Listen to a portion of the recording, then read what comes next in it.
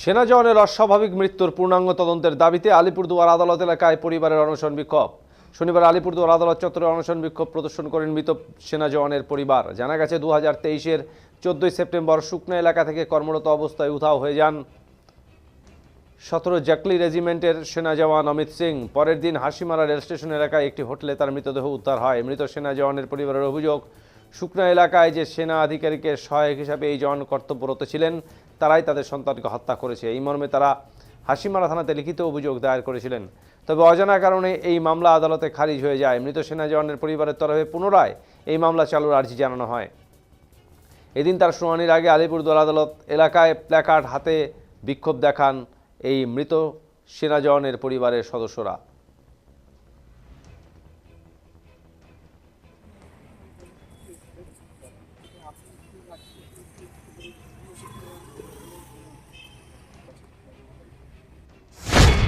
हमारा लड़का जो अमित सिंह है, ये 17 जैकलाई हासीमारा में पोस्टेड था और उसकी ड्यूटी थी सुकना में।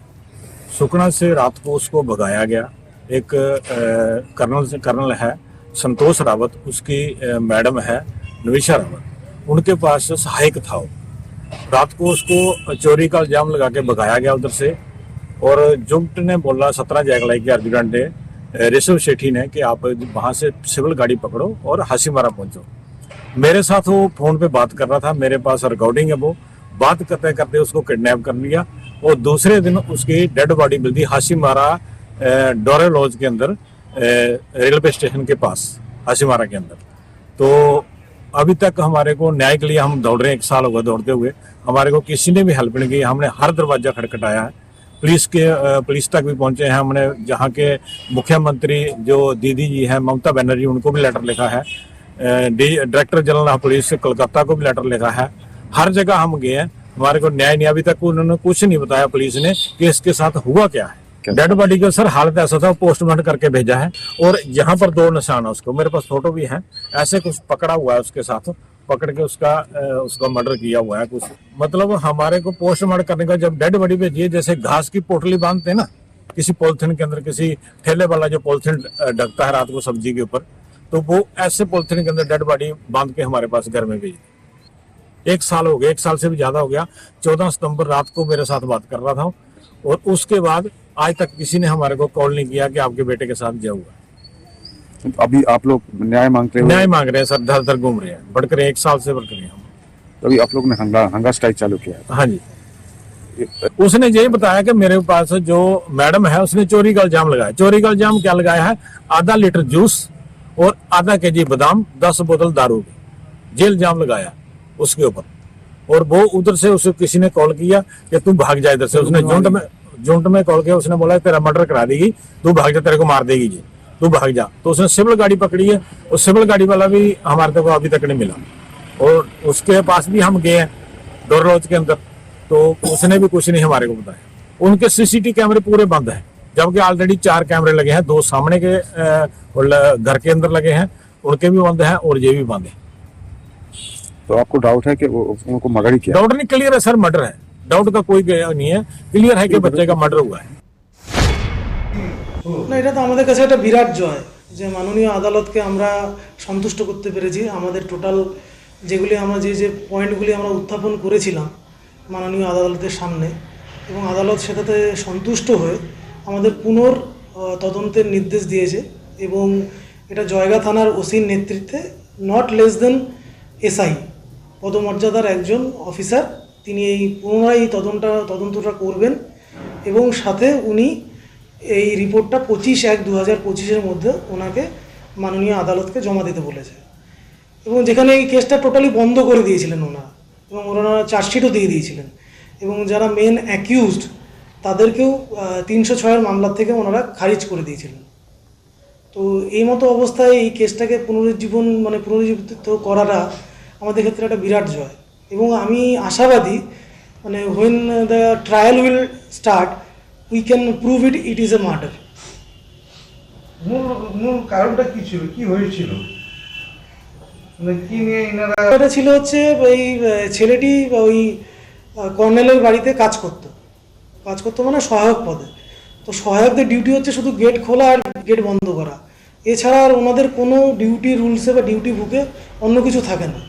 কিন্তু আর্মির মধ্যে নানাভাবে এই সমস্ত সাবঅর্ডিনেট স্টাফদের আর্মি অফিসাররা নানাভাবে হিউমিলেশন করে, এবং তাদের হিউমিলেশনের একটা পার্ট হচ্ছে তাদের বাড়ির বার করানো, তাদের দিয়ে ইলেকট্রিকের বিল দেওয়া, মোবাইল নিয়ে আসা, এবং যা যা হাউস হোল্ডের কাজ থাকে, বাড়ির জিনিসপত্র এখান থেকে ওখানে নিয়ে যাওয়া, এবং বাড়ির জল বিতরণ করা, খাবার সার্ভ করা, এগুলি ওনারা করায়, যেটা ওনাদের ডিউটি রুল বুকের মধ্যে নেই।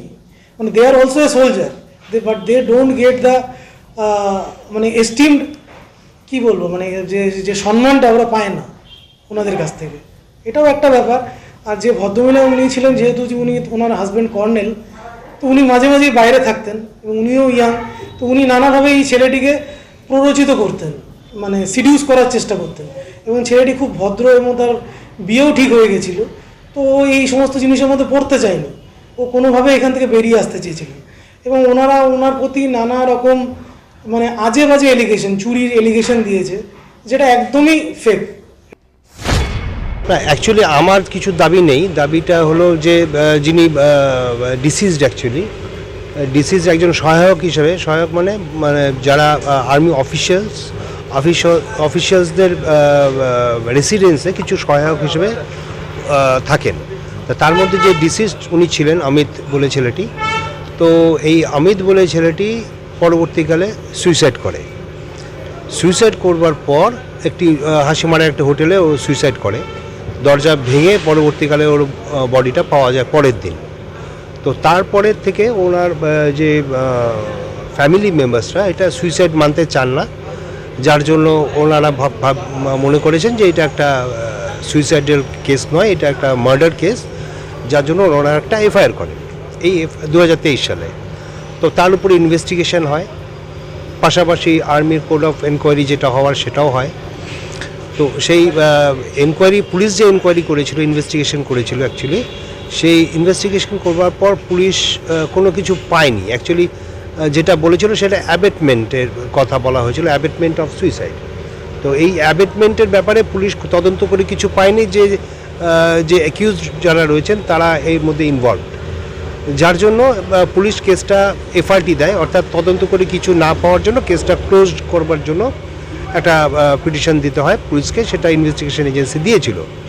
তা তার উপরে প্রসিডিওর রয়েছে যে যদি কেউ সেই পুলিশের তদন্তে যদি কেউ খুশি না হয়, তার উপরে নারাজি পিটিশন দিতে পারে। তো এই ক্ষেত্রে সেই নারাজি পিটিশনটা ডিসিজডের ফ্যামিলি মেম্বার্স থেকে, কমপ্লেনেন্টের তরফ থেকে দেওয়া হয়েছিল।